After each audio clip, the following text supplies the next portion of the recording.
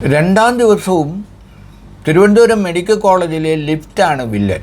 കഴിഞ്ഞ ദിവസം തിരുമല രവി എന്ന് പറയുന്ന CPIയുടെ പ്രാദേശിക നേതാവാണ് 2 ദിവസത്തോളം ലിഫ്റ്റിൽ ഒറ്റപ്പെട്ടു പോയതെങ്കിൽ ഇന്ന് കുറച്ച് സമയത്തേക്കെങ്കിലും അകപ്പെട്ടത് ഒരു ഡോക്ടറും രോഗിയും ബൈസ്റ്റാൻഡറുമാണ്. കാഷ്വാലിറ്റിയിൽ നിന്നും പുറത്തേക്ക് വരേണ്ട അവർ ഏതാണ്ട് 4 മണിക്കൂറോളം ലിഫ്റ്റിൽ കുടുങ്ങിപ്പോയി. അപ്പോൾ കഴിഞ്ഞ ദിവസമാണ് വലിയ ഗുരുതരമായ ആരോപണം ഉയർന്നത്. ഈ പ്രാദേശിക നേതാവ് തിരുമല രവി ലിഫ്റ്റിൽ അകപ്പെട്ടു പോയതും അതിൻ്റെ പേരിൽ 2 ലിഫ്റ്റ് ഓപ്പറേറ്റർമാരും സർജൻറ്റും സസ്പെൻഡ് ചെയ്യപ്പെട്ടതും. തൊട്ടടുത്ത ദിവസം വീണ്ടും അത് ആവർത്തിക്കുന്നു എന്ന് പറയുമ്പോൾ തീർച്ചയായും നമ്മുടെ ആരോഗ്യവകുപ്പിന്, നമ്മുടെ മെഡിക്കൽ കോളേജ് ആശുപത്രിക്ക് എന്തോ സംഭവിച്ചിരിക്കുന്നു. താളം തെറ്റിയ നിലയിലാണ് ആരോഗ്യവകുപ്പ്. കാരണം നമ്മുടെ കേരളത്തിൽ രോഗങ്ങൾ പടർന്നു പിടിക്കുകയാണ്. കാരണം എത്രയോ കാലമായി നമ്മൾ നിർമ്മാർജ്ജനം ചെയ്തു എന്ന് പറഞ്ഞാൽ കോളറ പോലും പടർന്നു പിടിക്കുന്നു. കോളറ ബാധിച്ച ആളുകൾ മരിക്കുന്നു. അങ്ങനെ എല്ലാത്തരം രോഗങ്ങളും, ഡെങ്കിപ്പനിയും എല്ലാം അരങ്ങ് തകർക്കുന്ന ഈ മഴക്കാലത്ത് ജാഗരൂകരാകേണ്ട ആരോഗ്യവകുപ്പ്, ജനങ്ങളുടെ രക്ഷകരായി മാറേണ്ട ആരോഗ്യവകുപ്പ് ഇത്തരത്തിൽ ഉത്തരവാദിത്വമില്ലാതെയാണ് പെരുമാറുന്നത് എന്നതിൻ്റെ ഏറ്റവും വലിയ തെളിവാണ് മെഡിക്കൽ കോളേജിലെ ഈ ലിഫ്റ്റ് ഏർപ്പാട്. 15 ലിഫ്റ്റുകളാണ് മെഡിക്കൽ കോളേജിലുള്ളത്. 15 ലിഫ്റ്റിൽ 5 എണ്ണത്തോളം പ്രവർത്തനരഹിതമാണത്രേ. ബാക്കി ലിഫ്റ്റുകൾ ഇടയ്ക്ക് ഇതേപോലെ പണിമുടക്കും. ലിഫ്റ്റ് പണിമുടക്കിയാൽ, അങ്ങനെ സംഭവിച്ചാൽ, പുറം ലോകം അറിഞ്ഞില്ലെങ്കിൽ എന്തായിരിക്കും സ്ഥിതി?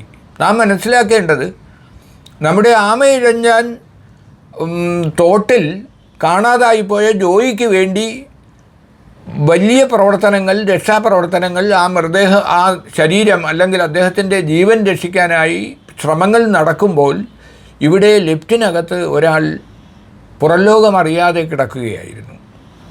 3-ാം ദിവസം ജോയിയുടെ മൃതദേഹം കിട്ടി. 2-ാം ദിവസമാണ് ഈ ഒറ്റപ്പെട്ടു പോയ തിരുമല രവിയെ പുറത്ത് ഇറക്കിയത്. അപ്പോൾ ആലോചിച്ച് നോക്കൂ, വെള്ളം കിട്ടാതെ, ശ്വാസം കിട്ടാതെ ഇദ്ദേഹത്തിന് എന്തെങ്കിലും സംഭവിച്ചിരുന്നെങ്കിൽ ആമയിഴഞ്ചാൻ തോടിൽ സംഭവിച്ചതിനേക്കാൾ വലിയ ദുരന്തമായേനെ. കാരണം സർക്കാർ ആശുപത്രിയിൽ നടുവേദനയ്ക്ക് ചികിത്സയ്ക്കെത്തിയ ഒരു രോഗി, അതും ഒരു പൊതുപ്രവർത്തകൻ, ഇത്തരത്തിൽ അപകടത്തിൽപ്പെട്ട് എന്തെങ്കിലും സംഭവിച്ചിരുന്നെങ്കിൽ നമ്മുടെ ആരോഗ്യമന്ത്രി അപ്പോഴും അന്വേഷണത്തിന് ഉത്തരവിടുമായിരുന്നു. അതിനപ്പുറം ഒന്നും ചെയ്യില്ലല്ലോ. അപ്പോൾ എന്തായാലും KK ശൈലജ എന്ന് പറയുന്ന ആരോഗ്യമന്ത്രി നമ്മുടെ കോവിഡിനെ വരെ നേരിട്ട് ലോകം മുഴുവൻ ചർച്ച ചെയ്യപ്പെട്ട ഒരു ആരോഗ്യമന്ത്രി, അതിനുശേഷം അവരുടെ പിൻഗാമിയായി വന്ന മന്ത്രി, അവർ എത്ര മോശമായിട്ടാണ് കാര്യങ്ങൾ ചെയ്യുന്നത്. ആരോപണങ്ങളുടെ ഒരു പെരുമഴയാണ് അവർക്കെതിരെ ഉയർന്നുകൊണ്ടിരിക്കുന്നത്. ഇത് വ്യക്തിപരമായ ഒരു പരാമർശമല്ല. കാരണം ഒരു മാധ്യമ പ്രവർത്തകയായിരുന്ന ഒരാൾ, വീണ ജോർജ്, മന്ത്രിയായി കഴിയുമ്പോൾ സ്വാഭാവികമായും ഞാനുൾപ്പെടെയുള്ള മാധ്യമ പ്രവർത്തകർക്ക് അത് അഭിമാനമാണ്. പക്ഷേ ഒരു മാധ്യമ പ്രവർത്തക ആദ്യമായി കേരളത്തിലെ മന്ത്രിയായപ്പോൾ അവർ എങ്ങനെ പെർഫോം ചെയ്യുന്നു എന്ന് മാധ്യമങ്ങൾ നോക്കുന്നുണ്ട് എന്നെങ്കിലും വീണ ജോർജ് മിനിമം മനസ്സിലാക്കേണ്ടതാണ്. കാരണം ഒരു മാധ്യമ പ്രവർത്തക, അതും നല്ല വിദ്യാർത്ഥിയായിരുന്ന ഒരു മിടുക്കിയായ വിദ്യാർത്ഥിനി, അവർ ആരോഗ്യവകുപ്പ് കൈകാര്യം ചെയ്യുമ്പോൾ ഇത്തരത്തിൽ പരാജയപ്പെടുന്നത് ഖേദകരമാണ്. മാത്രമല്ല, ശൈലജ ടീച്ചർ ഒരു സ്കൂൾ ടീച്ചർ മാത്രമാണ്. പക്ഷേ അവരുടെ അനുഭവത്തിൻ്റെ കരുത്തുകൊണ്ട് അവർ നല്ല മന്ത്രി എന്ന പേരെടുത്തു.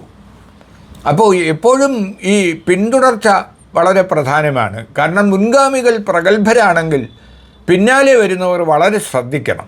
കാരണം മുൻഗാമിയുടെ പേര് നിലനിർത്താനും അവർ തുടങ്ങിവെച്ച കാര്യങ്ങൾ നല്ലവണ്ണം മുന്നോട്ട് കൊണ്ടുപോകാനും പിന്നാലെ വന്നവർക്ക് കഴിയണം. പക്ഷേ ഇവിടെ അത് കഴിയുന്നില്ല എന്നുള്ളത് ശൈലജയുടെ മിടുക്കുകൊണ്ടാണോ, വീണ ജോർജിൻ്റെ മിടുക്കില്ലായ്മ കൊണ്ടാണോ പരിശോധിക്കപ്പെടേണ്ടതാണ്.